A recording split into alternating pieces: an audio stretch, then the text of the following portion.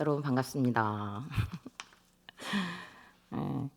이렇게 얼굴을 보니까 너무 좋은 것 같아요. 그동안에는 혼자 있는 것처럼 설교를 했습니다. 그리고 얼마 전에는 영상을 다 맞춰놓고 올리려고 보니까 녹화가 안 된 거예요. 다시 올라와가지고 또 녹화를 한 거죠. 그리고 또 왜 설교를 하다 보면 왜 미술을 지어야 될 어떤 지점이라는 게 있잖아요. 근데 아무도 없는데 혼자 웃는 거예요. 그거 당해보시지 않은 분은 아마 모르실 거예요. 그런데 오늘은 이렇게 비록 마스크는 가렸지만 눈이 작아지는 거 보면 웃으시는 것 같아요. 그래서 오늘 아주 기분이 그래도 많이 즐겁고 좋습니다. 오늘은 우리 주일 본문이죠. 에스겔서 32장 1절부터 16절까지 말씀인데요. 오늘 저는 제목을 나의 애가를 찾아서 나의 애가를 찾아서라고 지어보았습니다. 어떻게 나의 애가를 찾아서 불러야 하는 것인지 오늘 말씀을 보면서 함께 나눠보도록 하겠습니다. 본문 내용은요, 전체적으로 보았을 때 애굽 왕 바로에게 바로에 대한 애가라고 할 수 있습니다. 막강한 힘을 보유하고 있어서 감히 이웃 나라에서 이렇게 칭얼대지도 못했어요. 왜 이게 무서우면 기침도 잘 못하잖아요. 이게 장기침을 할 수 없을 정도로 이게 굉장히 무서웠던 나라였고 위험이 정말 있던 그런 나라였습니다. 그런데 그 나라의 왕이 어떤 심판을 받는지가 본문에서 소개되고 있는 것입니다. 그러면 나의 애가를 찾으려면 첫 번째로 착각함으로 생긴 애가를 찾아야 합니다. 2절 말씀입니다. 인자야, 너는 애굽의 바로 왕에 대하여 슬픈 노래를 불러 그에게 이르라. 너를 여러 나라에서 사자로 생각하였더니 실상은 바다 가운데 큰 악어라. 강에서 튀어 일어나 발로 물을 휘저 그 강을 더럽혔도다.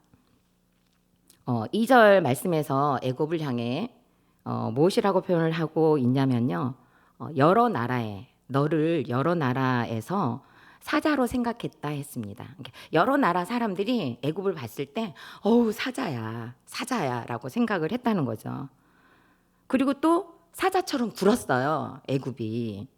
그래서 주변 나라들이 정말 애굽을 보면 사자처럼 여긴 겁니다. 그래서 그가 분노할 때면 사자처럼 포효하고 또 위협하고 또 천하를 호령하는 강대국이었던 게 사실입니다. 그런데 하나님께서 보시기에 하나님은 이런 애굽을 보실 때 뭐라고 말씀하셨냐면 바다 가운데 큰 악어라라고 표현을 하셨습니다. 깊은 물로 솥에 끓음 같이 하는 악어처럼 광포하고 처치곤란한 존재였다는 것입니다. 구레네인들과 그 불필요한 전쟁을 하면서 그 바로는 강에서 정말 튀어 올라오듯이 그 요동하면서 그의 군대와 더불어 그 자신의 나라와 이웃 나라들을 굉장히 많이 괴롭혔었습니다. 발로 물을 휘저으며 또 강을 더럽히며 물이 필요한 생물들과 또 사람들을 공경에 빠뜨리면서 그야말로 반드시 처치해야만 했던 존재 악어밖에 되지 않았다는 겁니다. 아무리 사자처럼 포효했다 할지만 또 그것도 모자라서 생명의 물줄기였던 강물같이 더럽히는 이런 악어를 척취한 방법은 사실 세상에는 존재하지 않았습니다. 어느 곳에서도 이런 악어를 처치할 곳은 없었습니다. 그러나 하나님께서는 가장 정확한 심판의 활시를 준비하고 계셨는데 그것은 바로 심판의 그물이었던 겁니다. 오늘 저와 여러분이 1절부터 8절까지 읽었는데 여러분 섬뜩섬뜩하지 않으세요? 정말 여기서 하나라도 나한테 떨어지면 정말 우리는 정말 어떻게 될 것 같잖아요. 진짜 너무너무 이 오늘 본문 말씀들이 읽으면 읽을수록 무서운 말씀이에요. 근데 하나님은 이렇게 애굽에게 바로에게 이렇게 하신다는 거예요. 물에 버리고 던져서 공중의 새들이 앉게 하고 온 땅의 짐승들이 먹고 배부르게 한대요. 그런 것처럼 이방인들이 애굽에 다 달라들어 가지고 애굽을 통해서 이익을 쟁취한다는 겁니다. 그러니까 애굽이 그 다른 나라들한테 부렸던 횡포가 그대로 다시 돌아오게 되는 거죠. 그뿐입니까? 살점을 또 산에 두고 시체를 정말 말만 들어도 정말 시체를 여러 골짜기에다 채우고 피를 헤엄치는 땅에 물내듯 하게 하고 또 그 피가 산에 미치게 하고 개천을 채운다고 하고요. 그것은 모든 군대가 이렇게 많은 피를 흘리며 죽음을 당한다는 뜻입니다. 그리고 마지막에는 불을 끄듯해서 빛나는 별도 반짝이는 그 불빛이 하나도 드러나지 못하도록 하늘로 다 가린다고 해요. 그리고 구름으로 그 해도 다 가리고, 그러니까 모든 밝은 빛은 하나도 내지 못하도록, 그러니까 아예 회생 불가능하게 한다는 거죠. 하나님께서 이렇게 애굽에게 허락을 한다는 겁니다. 애굽 왕 바로는 자기 자신이 어떤 존재인지 몰랐습니다. 여러 나라 사람들이 자기 자신을 향해서 사자라고 하니까 나 사자야. 나 동물의 왕 이게 사자처럼 나 사자야. 무서워하니까 그걸 즐긴 거겠죠. 이렇게 자기 분수와 자기 주제를 알지 못하면 사실은 어떤 형태로든지 심판이 임하게 되는 것입니다. 바울은 갈라디아서 6장 7절에 뭐라고 말씀했냐면요. 스스로 속이지 말라. 하나님은 업신여김을 받지 아니하시나니 사람이 무엇을 심든지 그대로 거두리라. 아멘. 이렇게 말씀했습니다. 바로는 그런데 자기 자신이 무엇을 심고 무엇을 뿌리는지 전혀 알지 못하는 착각에 휩싸인 자였던 것입니다. 저는 에스겔서를 묵상을 하면서 그동안 드러나지 않았던 이 죄들이 이제 드러나는 거예요. 그동안에 드러나지 않았던 그게 뭐냐면 바로 자녀 양육에 있어서의 저의 우상이 촘촘한 심판의 그물에 탁탁 걸리는 거예요. 정말 여지없이 걸리는 거예요. 탁탁 걸려서 그냥 정말 까마득히 잊고 살았던 이 죄들이 그냥 탁탁 말씀에 이 에스겔서에 그냥 탁탁 걸려드는 거예요. 정말 하나님께서 얼마나 좋아하셨을까 싶어. 이 월척이다 아마 그러셨을 것 같아요. 하나님께서는. 근데 저는 헉 하는 거죠. 이런 한 번도 경험하지 못한 나한테 이런 죄도 있었네. 이게 지금 에스겔서를 통해서 계속 제가 지금 묵상하게 되고 하나님이 계속 그렇게 끌고 가시는 거예요. 저에게는 여러분도 알다시피 아들하고 딸이 있습니다. 경제적으로 사실 자녀들을 양육할 때 굉장히 힘들었었어요. 그래서 다른 가정에서처럼 뭐 학원을 보낸다든지 아니면 뭐 사교육을 한다든지 이런 거에 대해서는 사실 꿈을 꾸지 못했어요. 그래서 저희 아이들은 둘 다 그 지역 아동 센터에서 그 맡기면서 저는 이제 가장의 역할을 해왔었죠. 저는 이게 아들 우상은 있는 줄을 이제 알았어요. 그런데 딸 우상이 있는 줄은 몰랐어요. 그런데 이번에 보니까 저에게는 딸 우상도 있더라고요. 그러니까 아들만 우상 삼았나 그랬는데 하나님께서는 오늘 본문을 통해서 뭐라고 말씀하시냐면 너는 큰 악어라. 너는 큰 악어야. 라고 말씀하시는 것 같습니다. 아들과 딸은 성향이 완전히 달라요. 아들은 밖으로, 딸은 집으로 버전인 거죠. 그러기에 아들은 밖에 나가서 노느라고 보지 못한 것들을 딸은 집에 있으면서 저와 남편의 우울한 장면들 그리고 또 다투는 모습들을 많이 접하게 되었던 것 같습니다.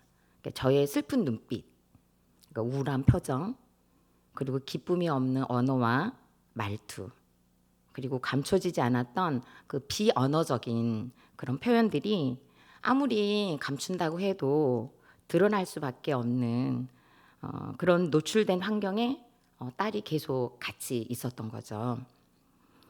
어쩌면 이런 아픈 환경이었기 때문에 딸은 그 착한 모습으로 내만 하는 딸이 되었던 것 같습니다.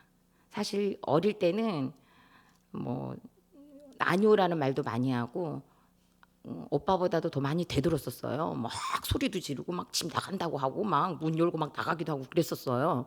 그런데 점점 자라면서 아니오라는 말을 못하고 네네 하는 그런 모습으로 성장을 했습니다.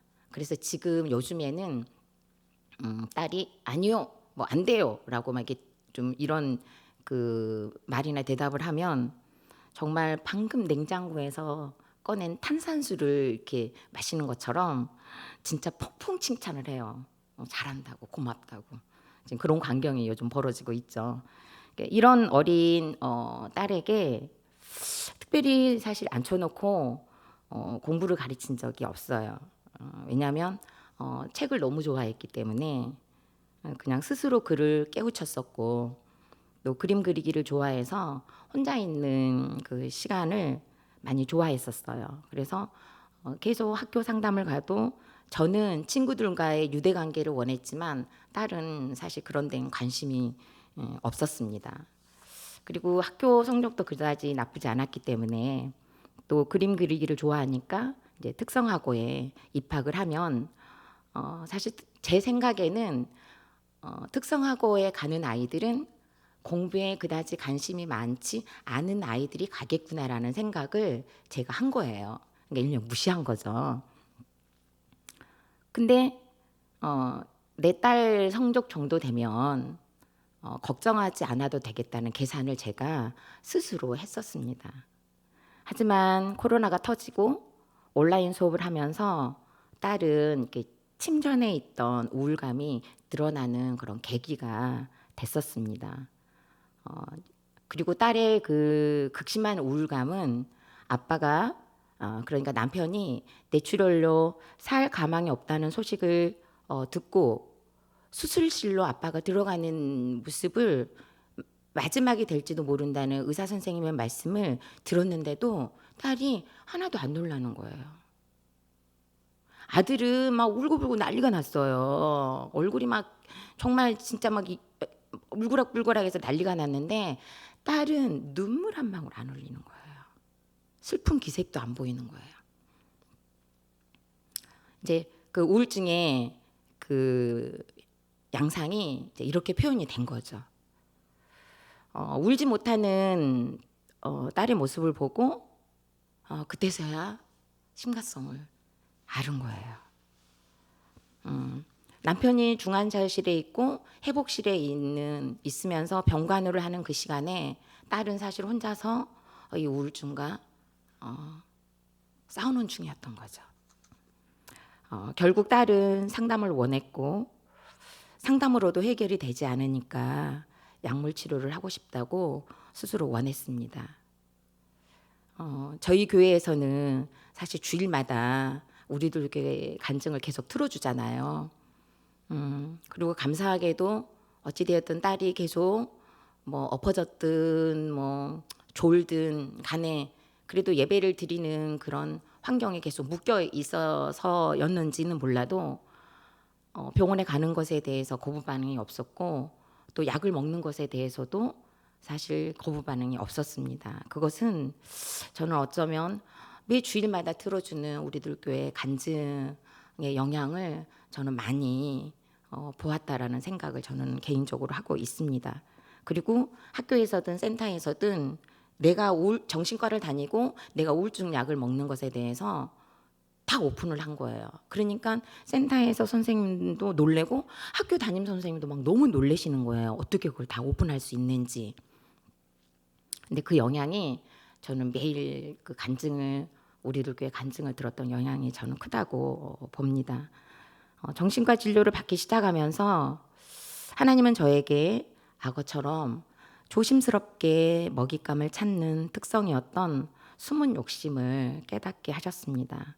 그것은 바로 특성화고에 보내면 쉽게 얻을 것 같은 내신 점수였던 것입니다.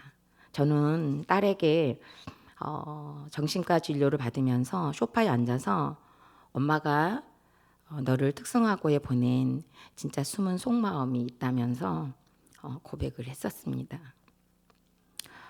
그 누구에게도, 그 어느 누구에게도 말하지 않았던 먹잇감이었던 내신 점수를 얻으려고 했던 것을 나누었었습니다.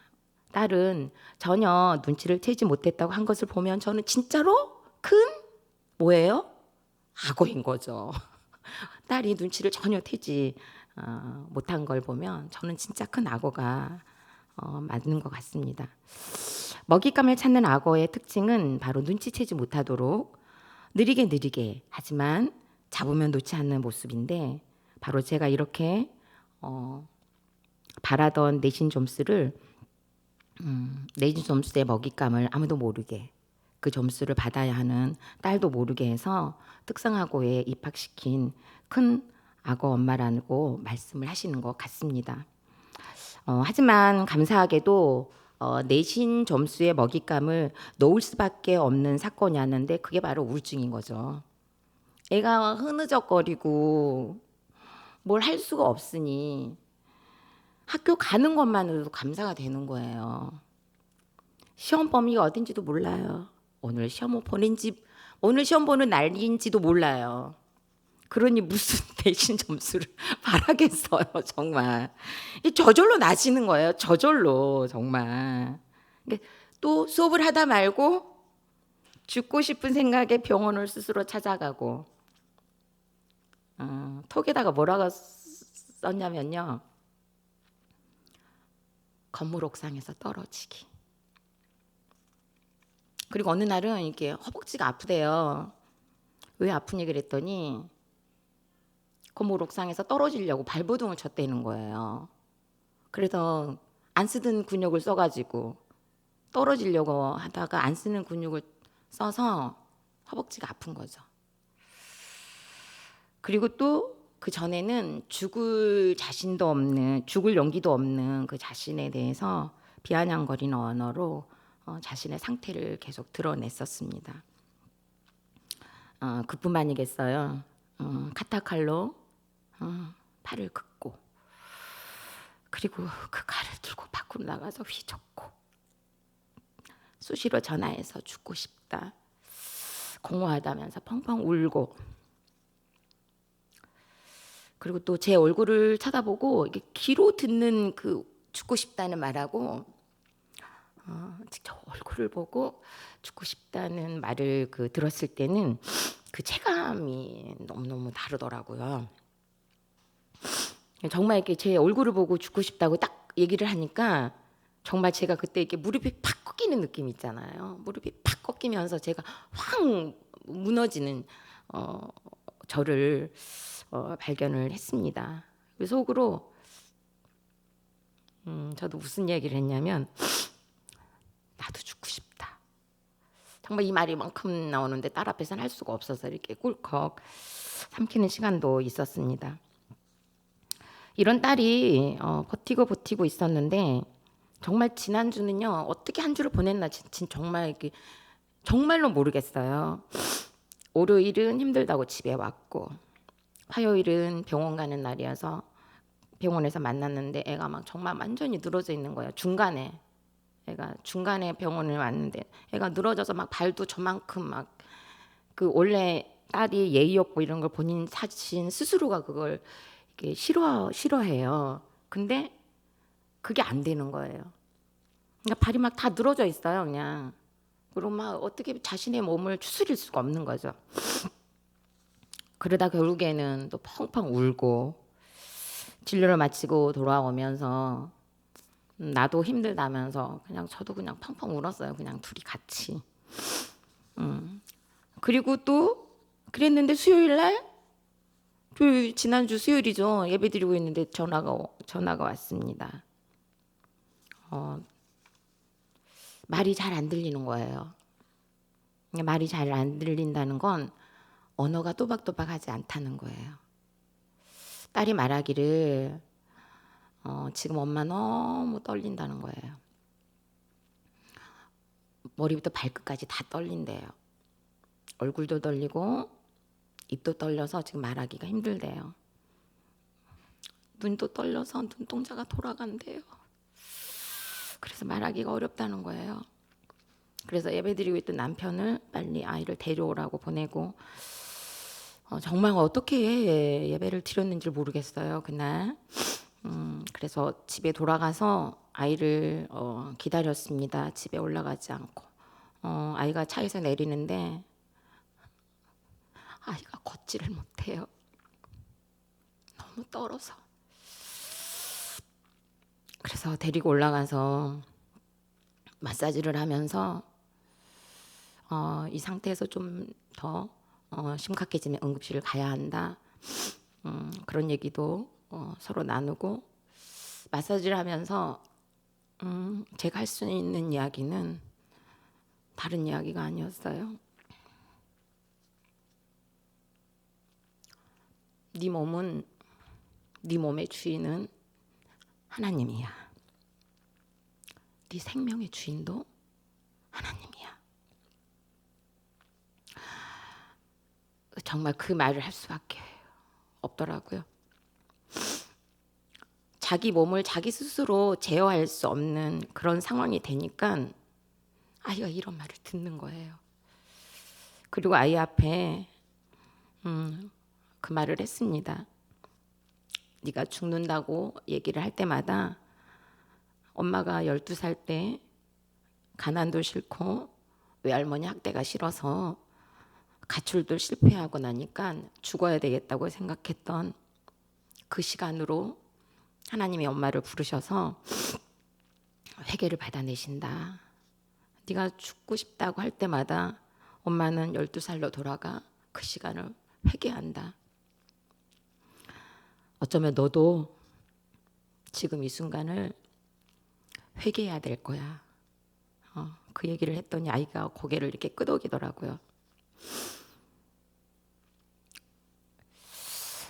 아이가 죽음을 언급할 때마다 가슴이 철렁철렁하고 안타까움으로 피투성이라도 살아남자는 말을 등굣길에 해야 하는 그 심정이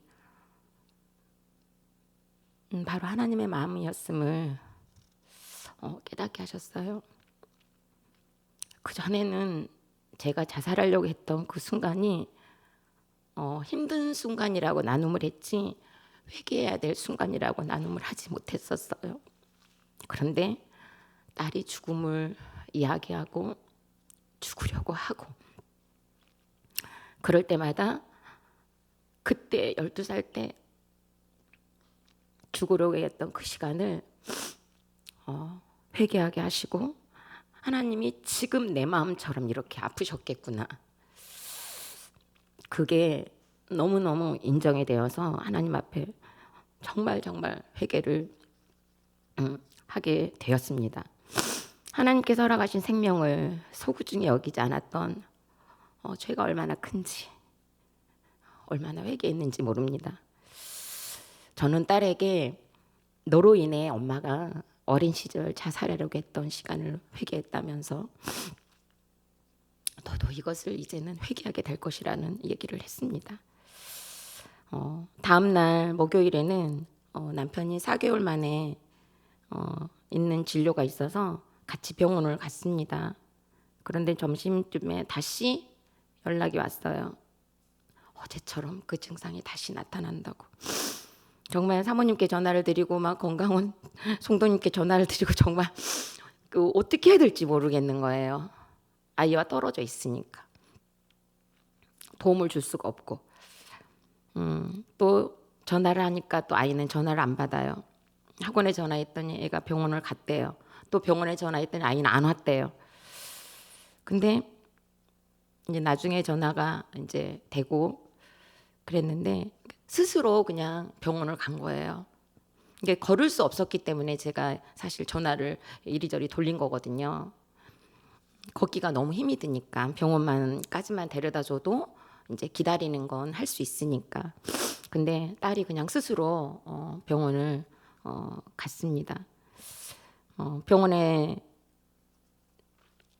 오기까지 그 고속도로에서 안산으로 오는 길이 너무 멀더라고요.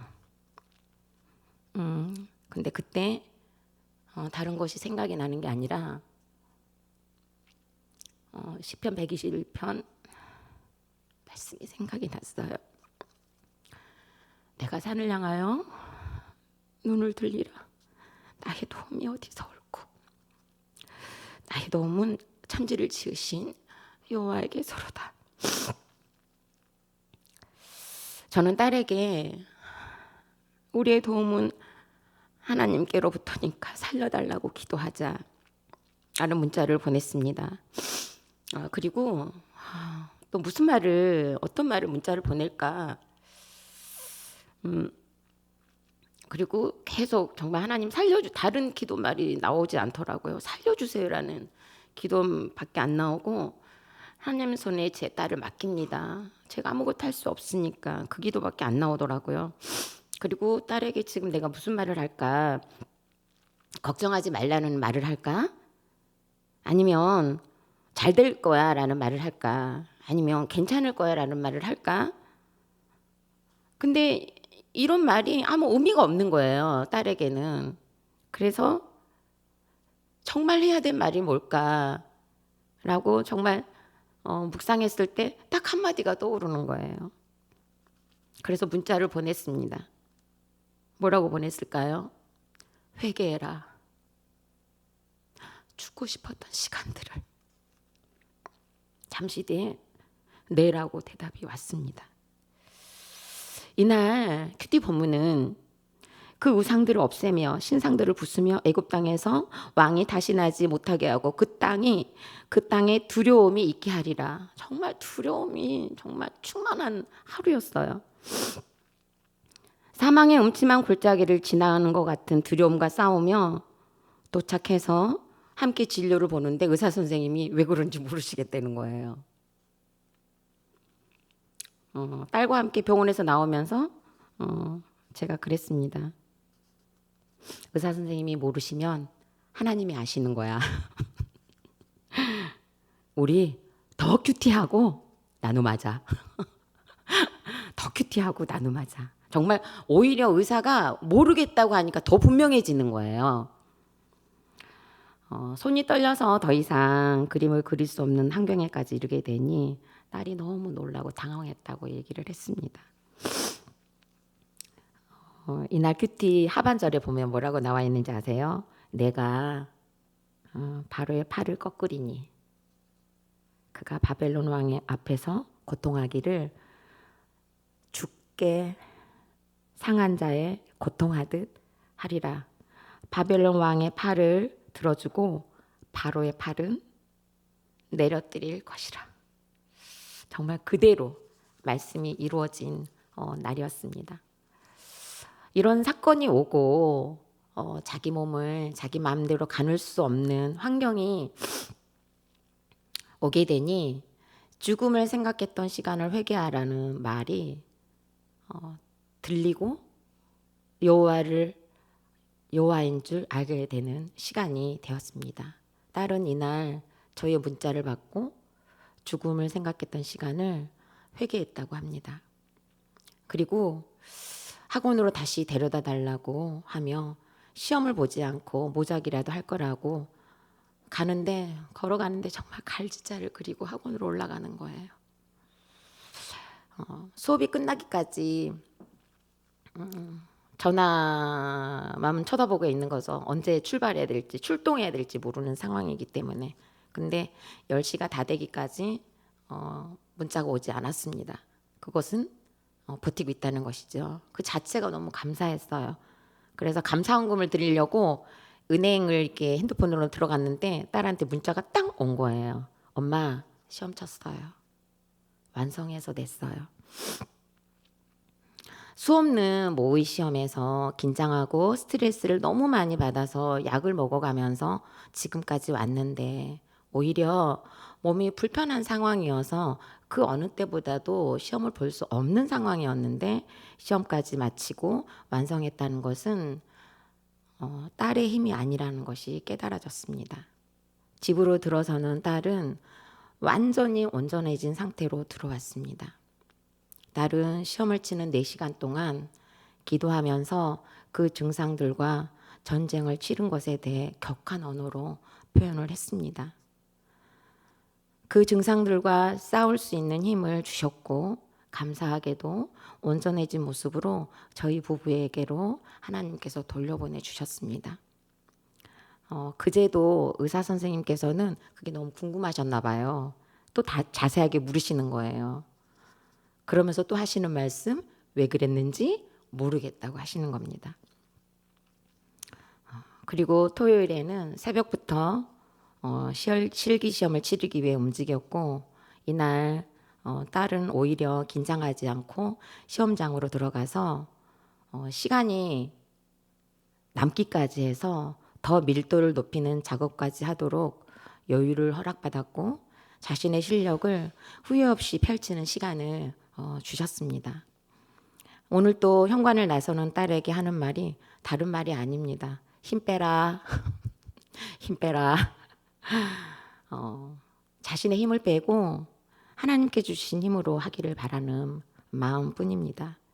이렇게 딸이 우울증을 앓으며 힘들어하는 것을 지켜보면서 자식을 잘 키웠다는 사자와 같은 평을 듣기 좋아하며 저 역시도 자녀 양육만큼은 성공했다고 속으로 자신감을 가지고 있었는데 여과 없이 너는 큰 악어라고 말씀하시며 자녀들의 삶의 강에서 튀어 일어나 성공과 야망, 인정 중독, 칭찬 중독의 발로 휘저 자녀들의 강을 더럽혔다는 것으로 도장 찍으시는 것 같습니다. 딸이 우울증으로 튀어 일어난 사건이 오니 딸이 우울증을 앓을 수밖에 없는 환경을 제공했던 가해자였던 큰 악어라는 것을 인정하게 하셨습니다. 그러기에 저도 회개하고 딸에게도 회개하라고밖에 할 말이 없게 하셨고 감사하게도 딸은 듣게 하셨습니다.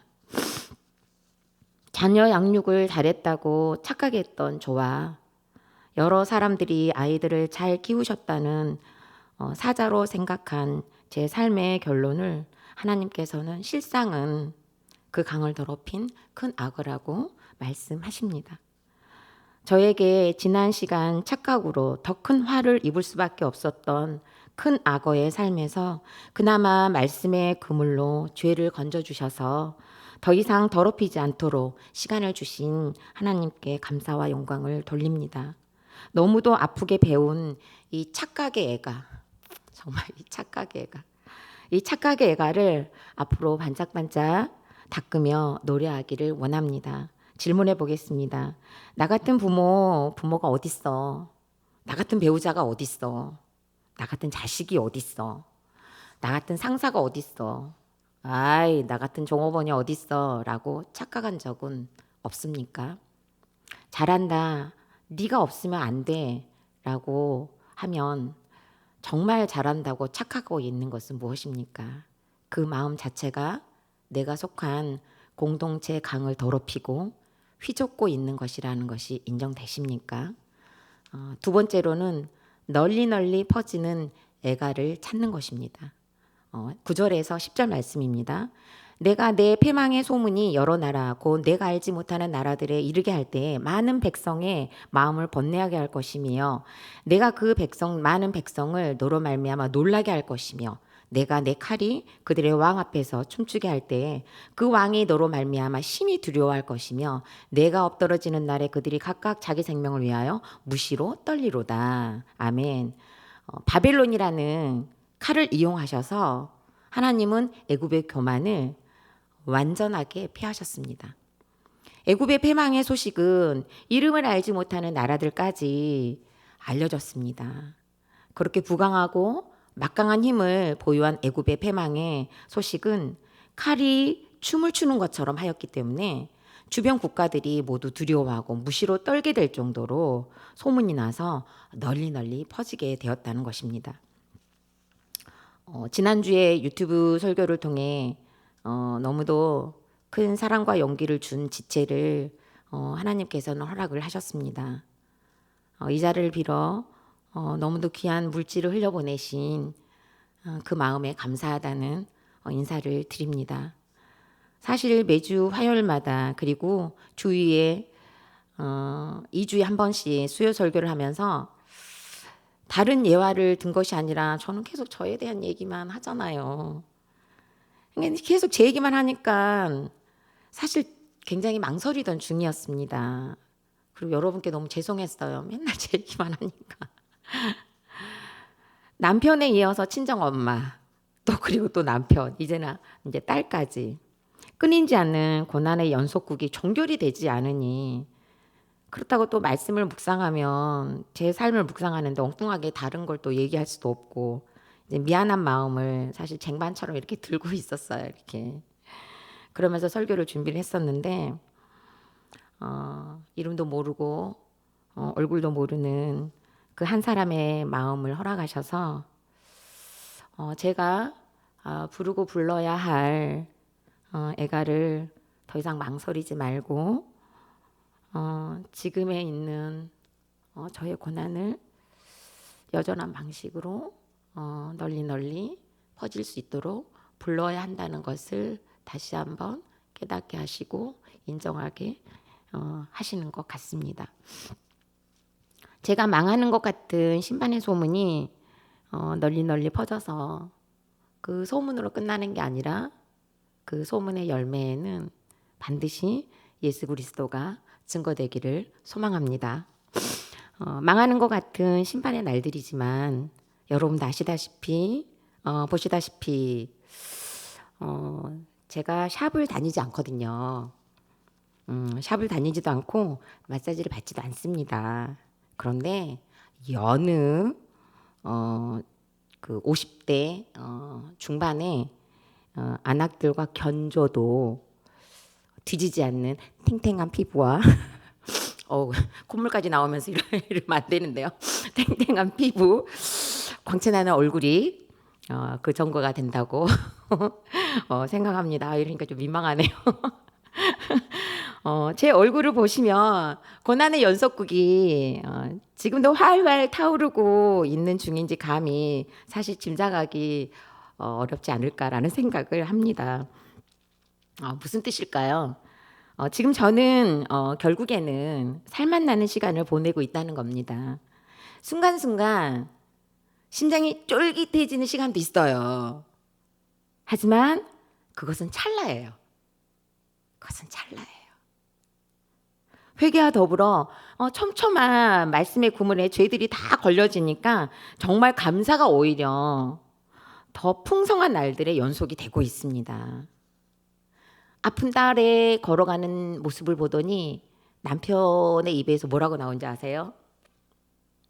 우리의 죄값보다 고난이 약하다. 남편의 입에서 이 말이 나왔어요. 우리의 죄값보다 고난이 약하다. 우리의 죄값보다 고난이 약하기 때문에 뭐가 나와요? 감사가 나올 수밖에 없는 거예요. 지난주에 딸을 데리러 가는데 딸을 데리러 가는 남편을 보면서 하나님이 남편을 살려주신 이유가 있구나. 혼자 딸을 양육할 수 없다는 걸 하나님이 다 아신 거죠. 그게 너무 감사가 되는 거예요. 아직 경제적인 역할을 하지는 못해도 살아있다는 자체가 저에게는 힘이 되고 딸을 함께 양육할 수 있으니 그리고 또 도울 수가 있으니 그 자체가 남편의 사명을 감당하는 것이고 살아있다는 자체가 아버지의 사명을 감당하는 것이 되니까 그냥 살아있다는 자체가 감사가 되는 거예요. 때론 안 씻어서 참 불평이 나오긴 합니다. 하지만 살아있다는 자체가 감사가 되는 겁니다. 우리 마지막으로 우리 14절 말씀을 함께 읽었으면 좋겠습니다. 우리 14절 말씀, 오늘 14절 말씀을 우리 다 같이 한번 읽어볼까요? 14절 말씀, 본문 14절 말씀입니다. 다 같이 읽어보겠습니다. 시작. 그때 내가 그 물을 맑게 하여 그 강이 기름같이 흐르게 하리로다. 주 여호와의 말씀이니라. 아멘. 모든 것이 멸하게 되고 다시는 예전과 같은 삶이 보장이 되지 않는다 할지라도 이 심판의 목적은 애굽도 많은 나라들도 하나님께로 돌아오는 것이에요. 이렇게 심판을 보내지 않으면 결코 죄를 깨닫지 못하는 우리 인간이기 때문에 이런 악함 때문에 하나님께서는 어쩔 수 없이 망하게 하시고 패하실 수밖에 없으신 거예요. 그래서 망하고 패하게 되는 심판과 같은 고난은 내 죄를 알게 하는 것이기 때문에 축복이 되는 것입니다. 이렇게 고난을 통해 우리가 회개하고 여호와를 여호와인 줄 아는 기회가 생기기 때문인 거죠. 그러기에 그때에, 그러니까 멸망할 때, 패망할 때, 심판할 때, 그때에 다시 말하면 그 망하고 패하게 되는 그때에 하나님께서는 물을 맑게 해서, 우리가 회개를 하니까 물을 맑게 해서 그 강이 기름같이 흐르게 한다고 약속을 해주십니다. 하나님께서는 저희 가정에 끊임없는 고난의 연속에서 회개를 하게 하심으로 물을 맑게 하시고 마르지 않는 기름 같은 말씀을 묵상하게 하시고 예수 그리스도를 찾도록 하고 계시다는 겁니다. 아멘. 딸이 아프면 아플수록 저희 모녀는, 저희 부부는 하나님을 찾고 예수님을 찾고 말씀을 외치게 되더라는 겁니다. 지금도 진행형이 되고 있는 제 고난의 애가를 담대하게 널리 퍼지는 애가를 만들기 위해 오늘도 말씀을 붙잡고 묵상하는 하루를 살아내고자 합니다.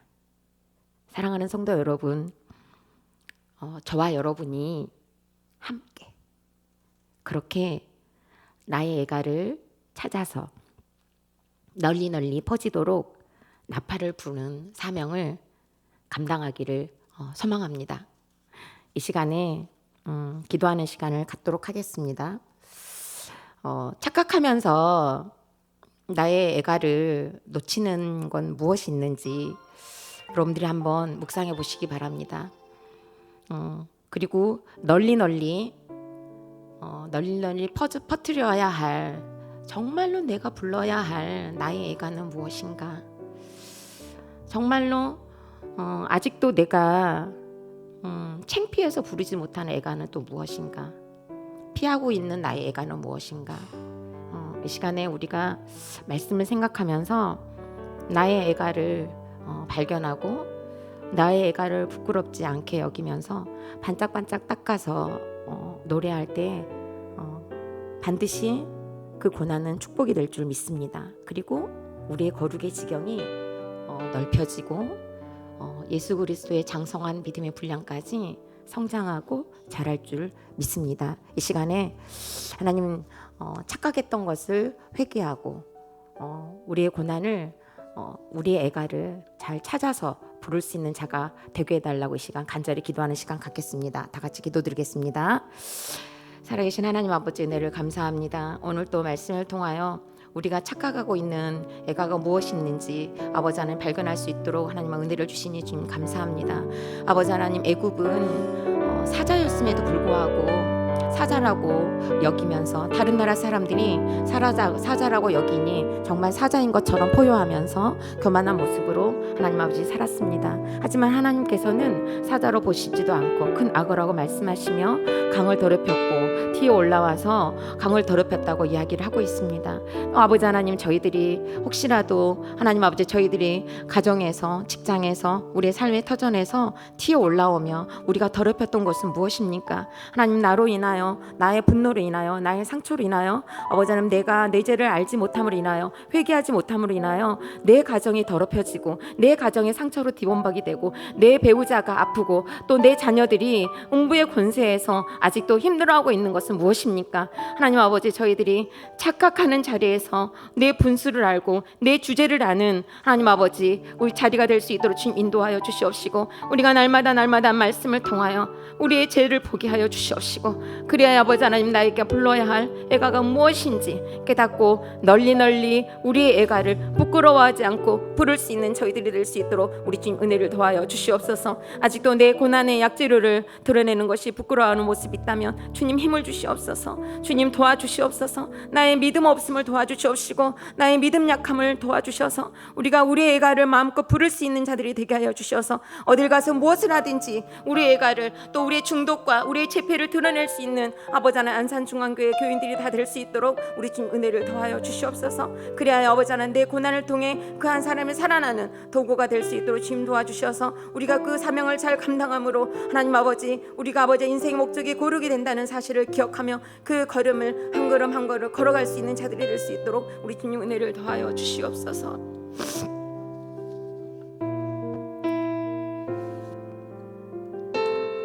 애굽왕 바로가 여러 나라 사람들이 사자라고 하니 착각 속에서 자신이 누구인지 모른 채 사자처럼 남을 힘들게 하였습니다.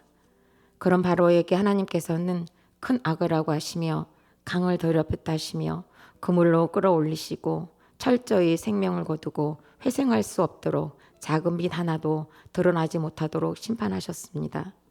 저도 바울처럼 자녀 양육에 있어서는 사자와 같다는 평을 들으며 착각한 저에게 속지 않으신 하나님께서 딸의 우울증을 통해 어린 시절 생명을 귀하게 여기지 않았던 순간까지 회개하도록 인도하시고 딸과도 회개해야 할 제목이라는 것까지 나누게 하시며 딸 역시 회개하도록 인도해 주셨습니다. 딸이 이렇게 아프지 않았더라면 딸도 말씀을 붙들지 못했을 것이고 자신의 죄를 인정하지 못했을 것입니다. 딸이 이렇게 아프지 않았더라면 저는 자녀들을 더럽게 한 발짓을 깨닫지 못했을 것입니다. 자식을 통해 인정받고 칭찬받고 싶었던 성공과 야망을 딸이 죽고 싶다는 것을 통해 사람만 있어다오를 외치며 다 내려놓게 하신 하나님을 찬송합니다. 피투성이라도 살아남자는 대화를 나누며 가게 하신 하나님을 찬양합니다. 착각했던 애가를 말씀의 그물로 걸려보게 하시고 널리 애가가 퍼지도록 인도해 가시는 하나님 감사합니다. 앞으로의 애가도 멈추지 않고 불리워지도록 또 퍼지도록 인도하여 주옵소서. 우리의 애가가 드러나게 하시고 우리의 애가를 잘 닦게 하시고 우리의 애가가 널리 퍼지게 하시고 우리의 애가로 그 한 사람이 살아나도록 사용하여 주옵소서. 코로나의 현장에서 싸우는 많은 지체들을 인도하여 주옵소서. 예수 그리스도 이름으로 기도드립니다. 아멘.